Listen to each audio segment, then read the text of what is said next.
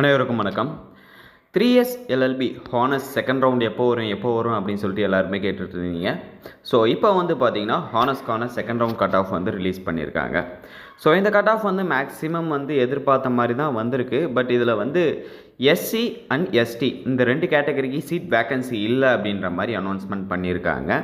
அது இல்லாமல் வந்து பார்த்தீங்கன்னா ஒரிஜினல் டாக்குமெண்ட் வெரிஃபிகேஷன் இன்னையிலேருந்து 21ஆம் வரலையும், அலாட்மெண்ட் ஆர்டர் இஷ்யூ பண்ணுறது 22ஆம் 23லேருந்து 27ஆம் வரையும் காலேஜ் ஜாயின் பண்ணிக்கலாம் அப்படின்ற மாதிரி சொல்லியிருக்காங்க. ஸோ கேட்டகரி பேஸ் எவ்வளோ கட் ஆஃப் வந்திருக்கு அப்படின்றத பார்க்கலாம். ஓசி கேட்டகரிக்கு மெரிட் லிஸ்ட்டில் 85.200 வந்திருக்கு, வெயிட்டிங் லிஸ்ட் கிடையாது. நெக்ஸ்ட் பிசி கேட்டகரி 81.773 மெரிட் லிஸ்ட்டும் வெயிட்டிங் லிஸ்ட்டில் 81.030. ஸோ ரொம்ப லோவாக தான் ஆயிருக்கு. நெக்ஸ்ட் பிசிஎம் கேட்டகரி 79.120 மெரிட் லிஸ்ட்டும் வெயிட்டிங் லிஸ்ட்டில் 78.000 வந்திருக்கு.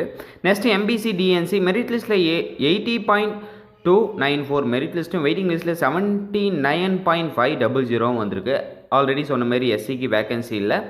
SCA category 77.080 merit list waiting லிஸ்ட்டில் 76.210 வந்திருக்கு.